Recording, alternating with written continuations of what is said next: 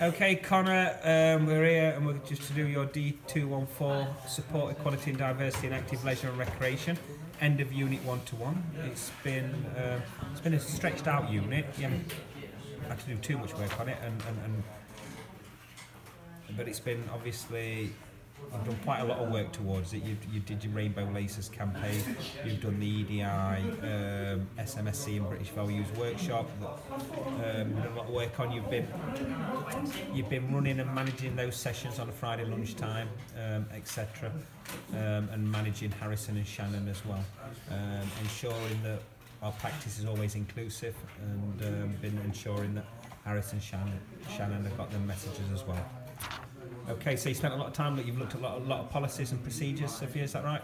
Yes. Yes, both national ones and internal college ones? Yes. Excellent, okay, Connor. So, Connor, I'm going to sample a few questions with you off of the assessment criteria, okay? And the first question was, how would you find out, Connor, about current legal requirements for equality and diversity within our organisation? So there are lots of we have a lot of procedures in college around equality and diversity. You could go and ask someone in maybe equality and diversity leaders. They take certain courses on them, which I have done one myself, on equality and diversity. So you can do these. Do we have anything at the college that, I want you to think about something, it's made up of staff and a few students as well, and it's a committee. Yes, we have a committee called the Equality and Diversity Committee. Yeah, you can go to them, obviously. So where would you find our up-to-date procedures, Connor, on equality and diversity? So we've got all our procedures, so you've had to look at the college's complaints procedure, you've had to look at our EDI policy procedure. They're all on the internet through. They're on the internet, but as an organisation, they're on our internal website, and it's called our I'll prompt you no more. It's called our. So it's not intranet. It's not internet. It's not internet. Intranet system. So we have our own intranet, and they can all be found on there. So well done. And I presume you've included a couple in your evidence. Yes. Okay. So you can always get them, and they're updated on a regular basis. Connor, I want you to think about where we actually work. Yeah. Okay. Or where you come and study, but you work a couple of days of work as well. And I want you to think about the diversity of people that are within the Portland College community. And I just wondered if you could talk to me about the characteristics that may be covered on our campus. Sure. There's so age is one. Yeah. Very important. Gender identity, sexual orientation, pregnancy, maternity, disability, race, and religion.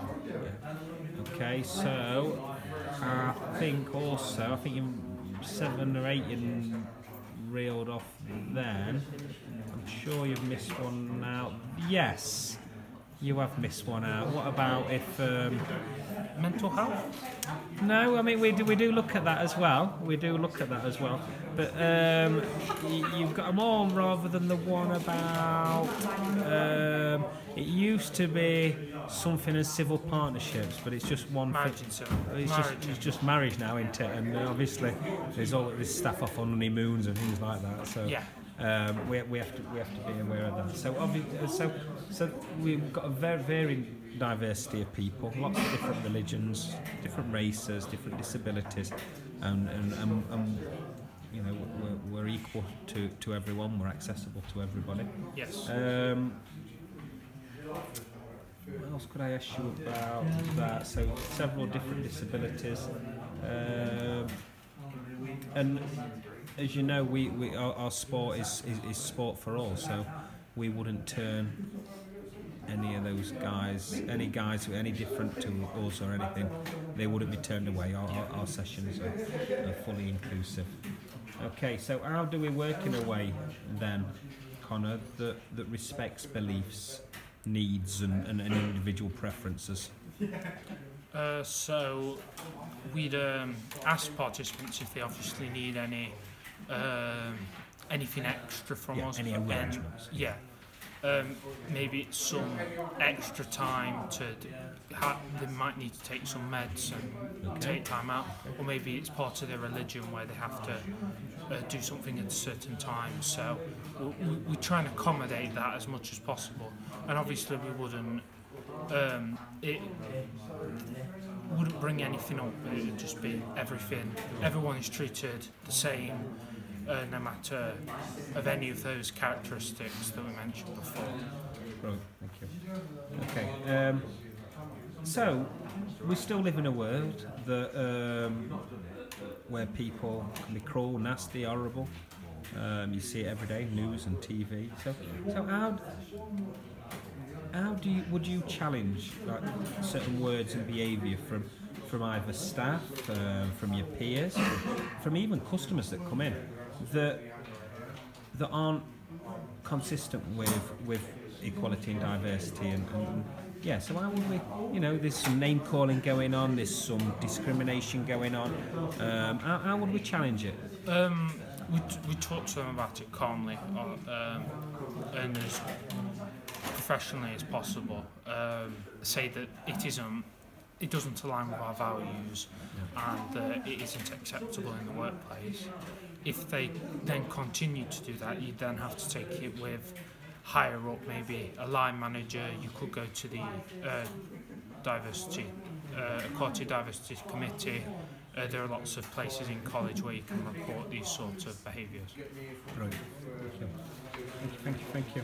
And then finally, and you've mentioned a couple of times, would be identify appropriate people to work with in your own organisation on issues to do with equality and diversity. Yeah, there's lots of people. So, line managers you can work with to promote it in, and then obviously the Equality and Diversity Committee. Do you know who the chair is of the Equality and Diversity Committee? He delivered your training. What's his name? Begins with B. Brian. Yeah, Brian Harrison. Yeah. Okay, he's the chair. He's just moved into education as well, so we're going to see a lot more of Brian. A couple more before we go. What does SMSC stand for? Social, moral, spiritual, cultural. Brilliant. What about? Can you give me a British value? Mutual respect and tolerance. For people. For people with different cultures and beliefs. Yeah, brilliant. Connor, how are you finding MVQ? Good, yeah. Yeah. Did you do your homework over Christmas? I did, yeah. I'll do for me. We'll submit that later. Nice one, Connor. Sorry, I should have done it at the beginning. Can you just confirm your full name and date of birth, please? Connor James Lewis, 29th of November 1998. Thank you, Connor.